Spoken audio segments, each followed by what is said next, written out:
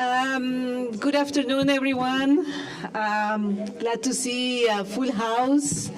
My name is Adela Pineda, and I'm going to be very brief. I want to welcome you all to LLILAS Benson. I'm the director of LLILAS, and it is a real pleasure to have this Foro Urgente.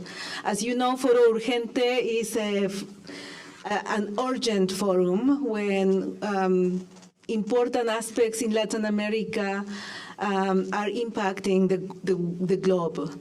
And of course, Panama is in the headlines, in the newspapers these days. And so we have here a magnificent roundtable with people who have real insight into Panama.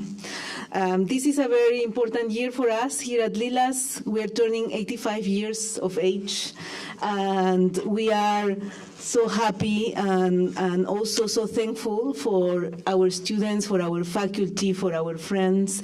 We will be having more events this year, and we hope to see you all here. So let me introduce you to Professor Marixa Lasso. Marixa Lasso is a Tinker visiting professor. Here at LLILAS, we have a professorship that is funded by the Tinker Foundation, and it has allowed us to bring magnificent scholars from Latin America. She's the former director and current researcher at the Centro de Investigaciones Históricas, Antropológicas y Culturales in Panama, and is the author of the books Myths of Harmony, Race and Republicanism During the Age of Revolution, and Erase, the Untold Story of the Panama Canal, the topic that we will be engaging with. And she has been awarded many prizes, etc., but I'm not going to extend myself in this introduction. She's also a member of the Hispanic American Historical Review, among other things, and has won important fellowships like the American Council of Learned Societies, the National Humanities Center, the Social Science Research Council, the Fulbright, among others. It is also a great pleasure to have here Professor Jonathan Brown, who is he doesn't need an introduction. Professor Brown is an emeritus in history at the University of Texas at Austin, where he led an incredible career. He has researched and written books on many Latin American subjects, but most importantly on colonial history, Argentina's economic expansion of the early 19th century, the beginnings of the Mexican oil industry, which is his wonderful book about oil in Mexico during the post-revolutionary period, which, by the way, I was reading this week for some assignments, and a brief history of Argentina and the Cuban Revolution. And he is currently working on Panama. He finished a book on the subject, and we will be listening to his remarks on this subject. And finally, let me, please buy the book before you leave, if you want to learn more about Panama. And finally, our dear colleague Zach Elkins, who is a professor in the government department, also a well-established Latin Americanist with great research, great tie to us here at LLILAS. He focuses on issues of democracy, institutional reform, research method, constitutionalism, national identity, and he is leading a partnership between U.S. Department of Government and the International Institute of Democracy and Electoral Assistance, which brings UT students to Panama to work on a range of democratic topics. So I better sit down so that you can listen to them. So big applause. Thank you. Okay, so my role today is just to serve water and to keep people on time. This couldn't be more urgente. There's going to be something for everybody here, whether you're into politics, history, trade, immigration, engineering. There's a little bit of everything. And so the ground rules, the canal suffered a few scheduling issues. We're going to try to avoid those today in today's panel.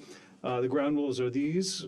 Each panelist, starting with Marixa, will have 15 minutes. And So we'll have 2 sessions of that, and then we'll open it up, and we've got a really big crowd. We'll try to get in as many questions as possible. So without further ado, Marixa Lasso.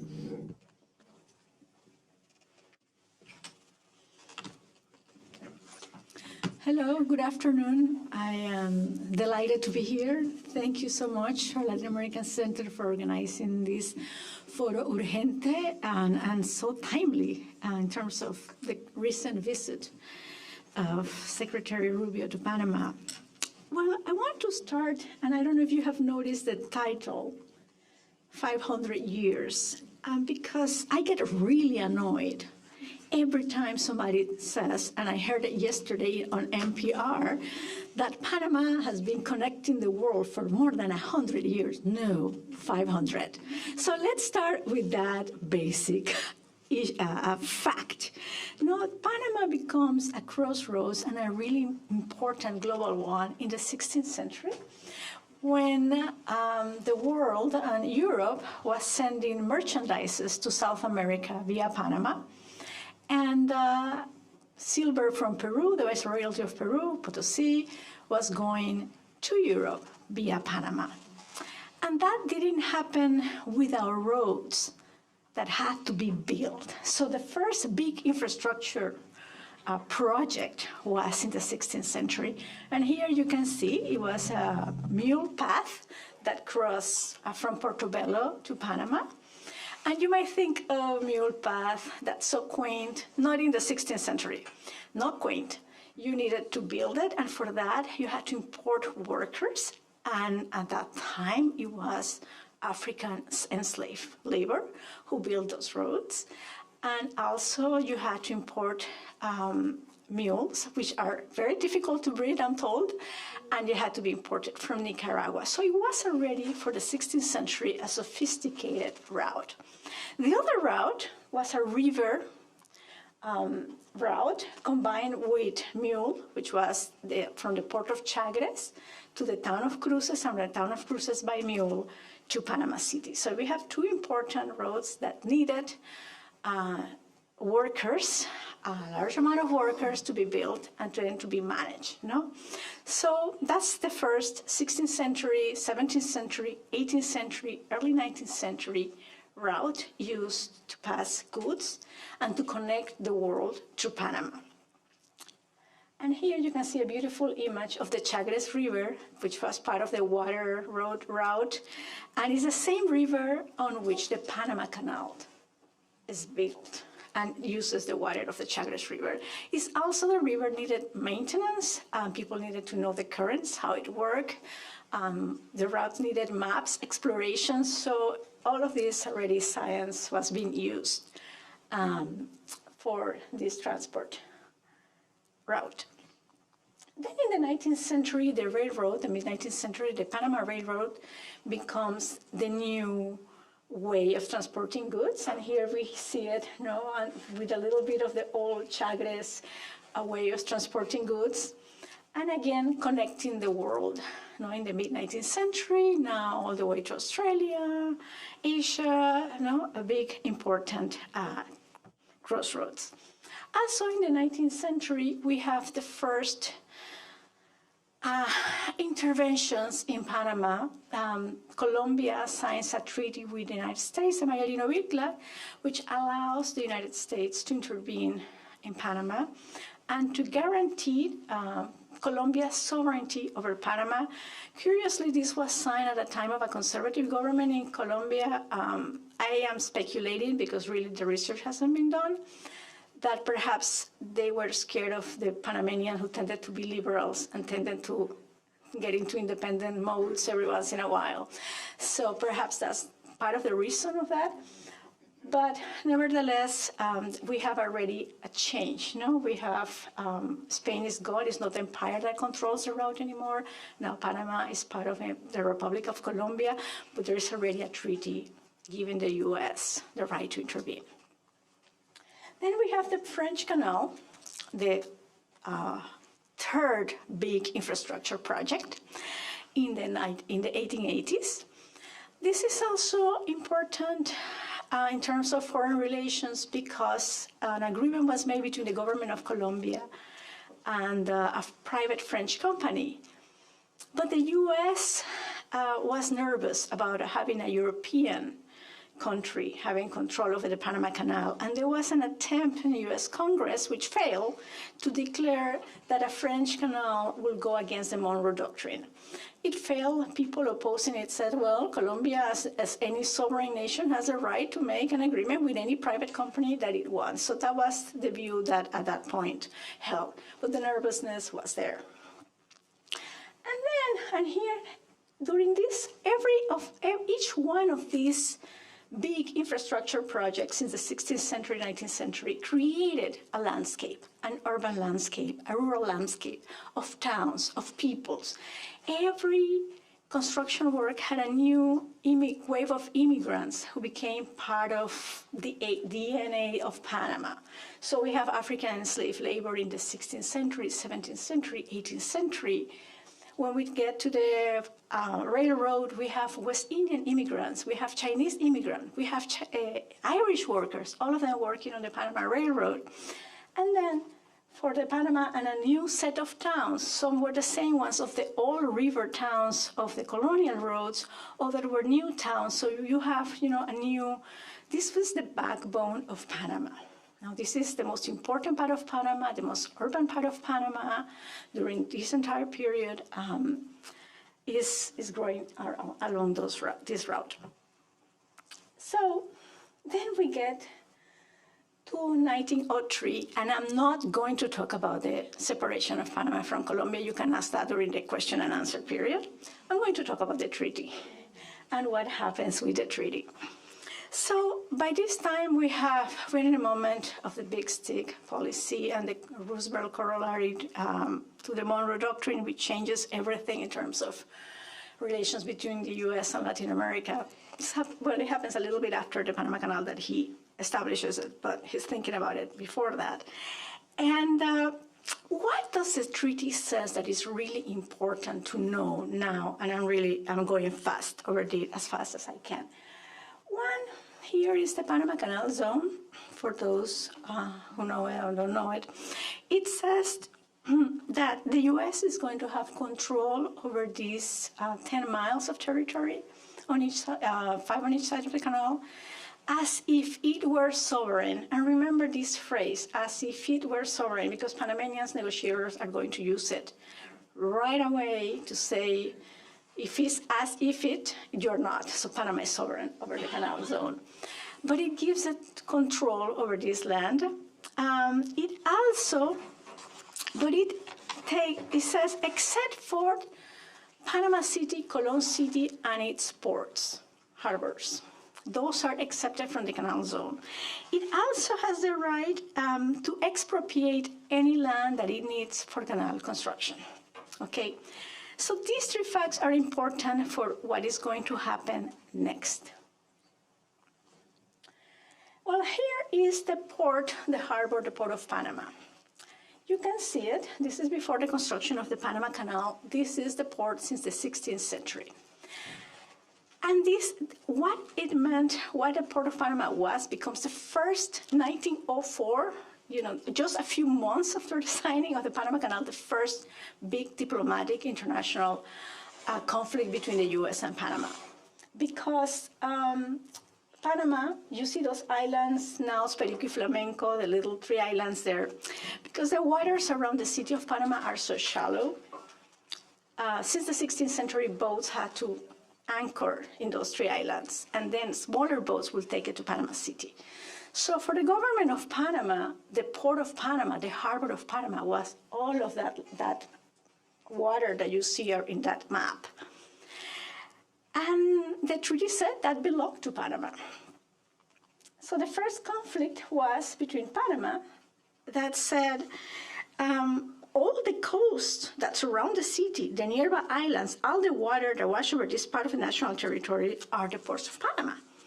The port adjacent to this city is the only one that has been used for foreign trade since the foundation of Panama. And even though it's located inside the zone, it is not part of the concession, and they are the very entrances of the canal. So we have been having conflicts of international relations over the ports of Panama since 1904. So what are the ports? What's the difference between the ports and the canal? And here, Panama is saying, well, you know, the railroad didn't control the ports. We control the ports. This is a canal. You build the canal, but the ports belong to Panama. The U.S. said no. The ports of the canal are the ports of the canal, not the ports of Panama. And you can imagine the surprise of an elite that has been doing international trade since the 16th century to being told that their port is not the international port, but a little tiny piece of water that is only good for local maritime trade. So that's the first, the second dispossession. No? The first dispossession is to have this, what was the backbone of Panama, become the canal zone where the U.S. ruled as if it were sovereign. The second one was losing the ports of Panama, even though the canal had said it belonged to Panama. And then we were going to have the third, and here you have a second map where now what used to be the harbor of Panama becomes divided between the harbor of Panama and the harbor of Ancon. No, and now it's not anymore the interpretation of the Panama Canal Treaty. Then we're going to have the third and very important dispossession, which is going to happen in 1912 with Taft executive order that claims that all lands in the canal zone, regardless of whether they're needed for the Panama Canal or not, are necessary for the maintenance, sanitation, and defense of the Panama Canal. And with that depopulation order of 1912, all the 41 towns that were there in the canal zone, and 62,000 people who lived there, they were all dismantled, people were expelled, and to the surprise of Panamanians who thought there was nothing in the treaty that could have led them to imagine that lands that were not needed for canal construction were going to be deemed necessary to canal construction, and they were going to be expelled. So all that geography of centuries old towns and agraric farms are going to be eliminated, dismantled, and a completely new urban geography. This is one of the towns, the town of Gorgonas, is going to be created, which is the one you see here. You are going to have new towns with new names in new places that are going to be American towns for workers in the Panama Canal, segregated between white towns and black towns, silver and gold roll towns, and then later military bases. So new geography is going to happen, and if you see that image, you can see over the hill the administration building.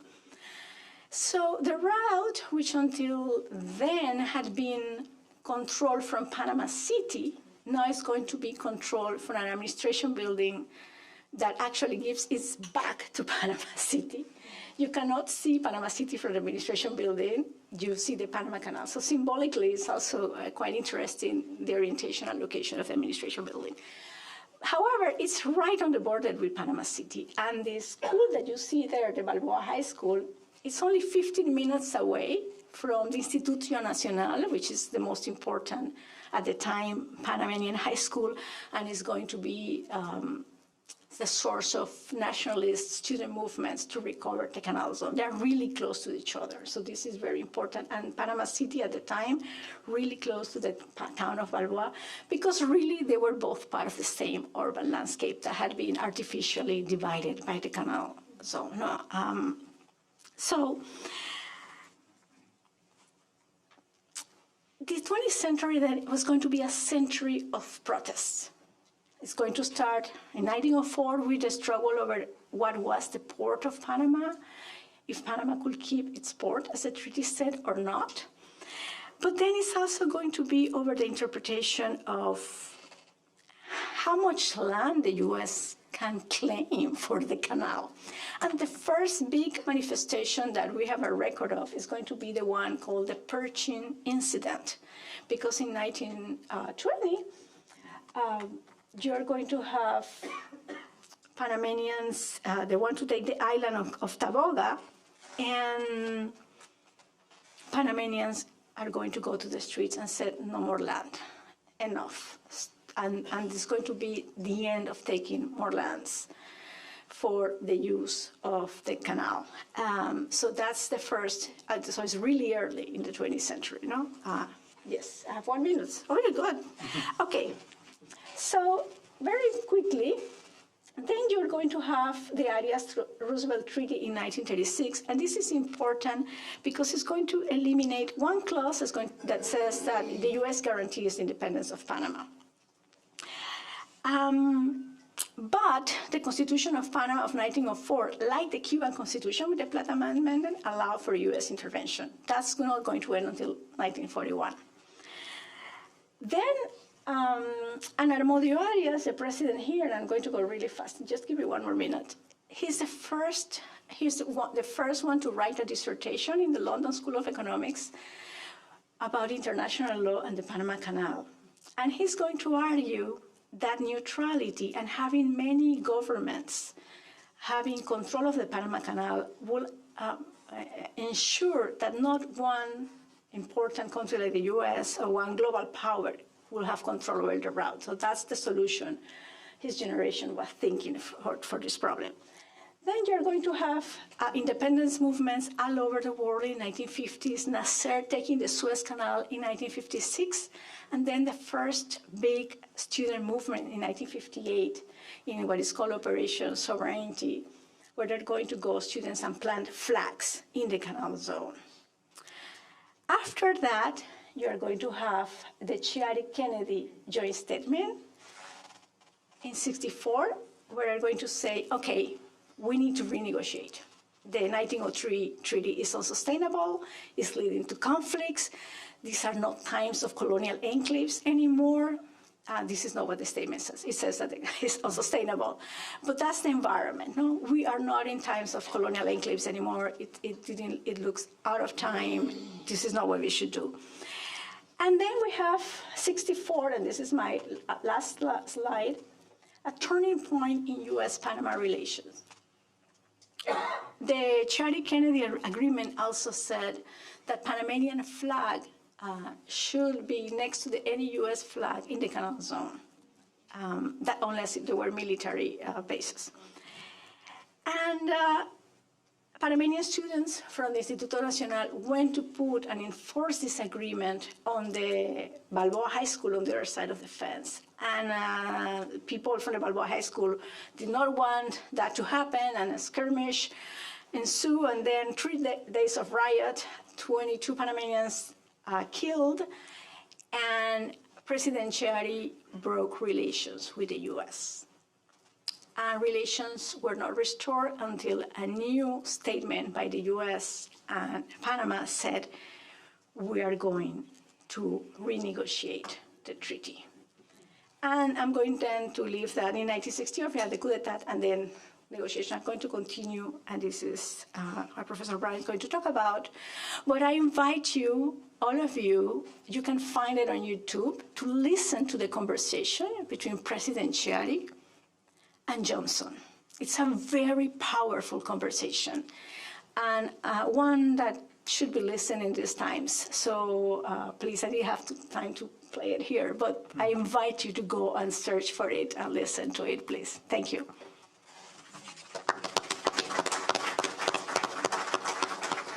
Great. Thank you, Marixa. I realize the subtitle of this panel, it's really quite unfair. It's everything you need to know about the Panama Canal, and then we only give them 15 minutes to say that. So without further ado, though, Jonathan Brown. Very well. Thank you very much, everyone. It's good to see you once again. After a couple of years of retirement, I got used to it very quickly. I recommend it to all of you. And here's a situation in Panama in 1968 when they had this military uprising in October 10th to be sure. And there were 46,000 Zonians living in the Panama Canal zone. Very few Panamanian-born citizens were living there, except if they were maybe house girls for some of the English-speaking. 10,000 of those 46,000 people were troops. I was one of them. I was there in 1968 to 1970 with my beautiful bride, Lenore. And before I arrived there, they had a big protest. This protest was not on the part of university students who throughout Latin America have been famous in the 1960s and 1970s for protesting and even taking up arms against their government. No, these were high school students. They were secondary students. And they were protesting the fact that no Panama flags were allowed to be flown inside of the sovereign territory of Panama. And this started then a kind of movement to get the Americans out. The 1968 coup followed an end of a democratic period in which a kind of oligarchic government had ruled the country with new elected officials and administrations every 4 years, and they got nowhere on any of the negotiations with the United States, largely because the United States could outlast every one of the presidents. They only served 4 years. They couldn't be reelected afterwards, and therefore they had found difficulty dealing with the United States. The dictatorship was much different. The dictator who took over and consolidated power within the military first, but then with wider society, was Omar Torrijos. He was able to hang on for 13 long years before the United States came to the table and honestly negotiated terms of giving up the canal to the Panamanians. In other words, in just 4 years after he took power in 1972, a new president would have been coming in and then having to start all over again negotiating. But he could outlast them, waited a longer amount of time in order to bring them to the table. So that's the first conclusion I want you to stick with, is that it's easier for autocrats in Latin America to deal with the United States than Democrats. I don't know if I'll say that as a broad conclusion forever and ever, but it tended to be true for Panama.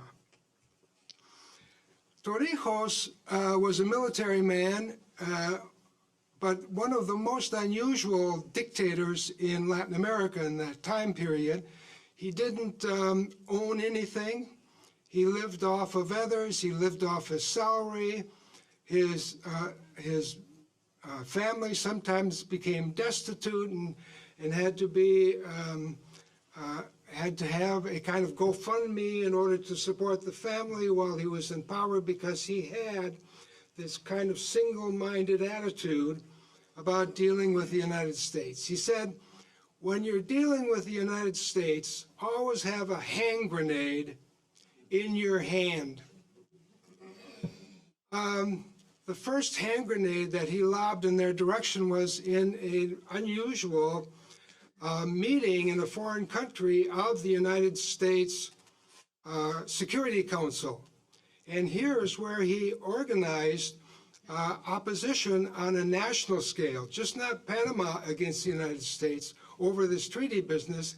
It was all the small countries of the United Nations, and he joined eventually the the non-aligned movement. And that meant that all of the small countries of Africa and Asia and the Middle East joined him in putting pressure upon the United States during this long time period of negotiations. There was all in this meeting. It gave Torrijos a chance as host to stand up in front of the U.S.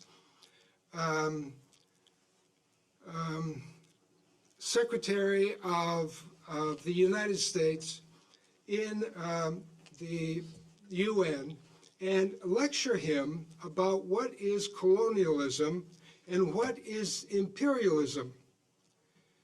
And of course, the UN ambassador said, but think of all of the wonderful economic benefits you are receiving because we built the canal for you. That was the attitude of the Americans during this time period.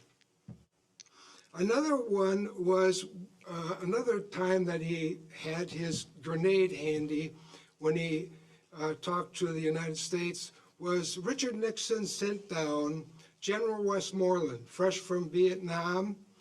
And by the way, Vietnam tickled all the people of the Third World when they were dealing with the United States because, of course, the United States left Vietnam and eventually the enemy of the United States in Vietnam took over.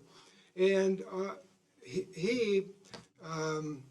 General Torrijos took great pride in that and reminded Westmoreland that he already lost one colonial war, and here I am, I'm ready to make another colonial war unless you deal with us honestly and we conclude this treaty. And he also told the Americans that 10,000 American troops stationed in Panama are not enough to save the canal if the Panamanians decide to attack it, because it's so expansive. The canal is a very delicate project. There's any number of ways that it can be sabotaged and closed down. Plant a bomb in the Gatun Dam, and all of the water flows out and the traffic stops in the canal. The dam can be repaired in less than a year, but it will fill up with water over a 5-year time period. So that's just one instance. And he kept reminding the Americans about that. And the other thing is that for this delicate canal, you needed friends on all sides, and those are the Panamanians. And the Panamanians' tolerance for occupation by the Americans is growing shorter. Finally, and I won't talk much about this, but finally he got a president who listened to him, and that was Jimmy Carter. Jimmy Carter not only got a treaty with his friend General Torrijos, but he also got the Senate to approve it by 2/3 of a vote. And that was not easy, you can understand, even though the Democrats in 1977 did have a majority in the Senate. Nonetheless, many of them were reluctant to sign this treaty, and some of them even lost the next election after they signed off on it. Let's deal with then the death of Torrijos, 1981. It's kind of a tragic event, and the reason it's tragic is because he was preparing to return the country to democracy and allowing the political parties to have a greater say in public affairs, and then he was killed. And one of his most powerful adjutants in the Guardia Nacional, Manuel Noriega, took over power. You know the rest of that story. And when Noriega was overturned by a U.S. intervention in 1969, 1970, the agent of that intervention, George H.W. Bush, said that he's doing this, he's intervening militarily in Panama in order to save the treaty and save the Panama Canal for future turning over to Panama. Panama took over the canal at the end of the 20th century and really at the end of the millennium. In the first day and the last day of 1999, and they've held it then for 25 years. In that 25 years, there has never been a shutdown of the canal for any reason. All of the workers on the canal had taken over and been trained by outgoing American canal workers, and the administration now was totally in the hands of the Panamanians, and they were able to run the canal as if the Americans were still there. As a matter of fact, they increased the capacity of the canal just a few years ago by adding locks, additional locks on either end of the canal, on the Atlantic side and also on the Pacific side. So actually the capacity is greater and the traffic is greater. Now there was one problem, and this is a new one for Panama, and that is drought. They've never suffered a drought. They have a dry season of 3 months, maybe even less, but all the rest of the time there is some rain just about every day. But that ended just last year, maybe started 2 years ago. I'm not quite certain of the timing, but it meant that there was less water in the dams that allowed the traffic to go through over the highest part in the Panama Canal. And that was the only downturn. And also, I think, Ed, it's true that they had to increase the prices for passage in the canal as well during that time period. If I can turn to the question of the Chinese. The Chinese have been dealing in Latin America since 1976, when they went there under Deng Xiaoping, who wanted to open up China to the world, to increase their trade, to modernize, to go into industry, to buy products abroad and sell products abroad. Some of the first things that he got into were soybeans in a big way, but then with their industrial skills, they began infrastructure projects.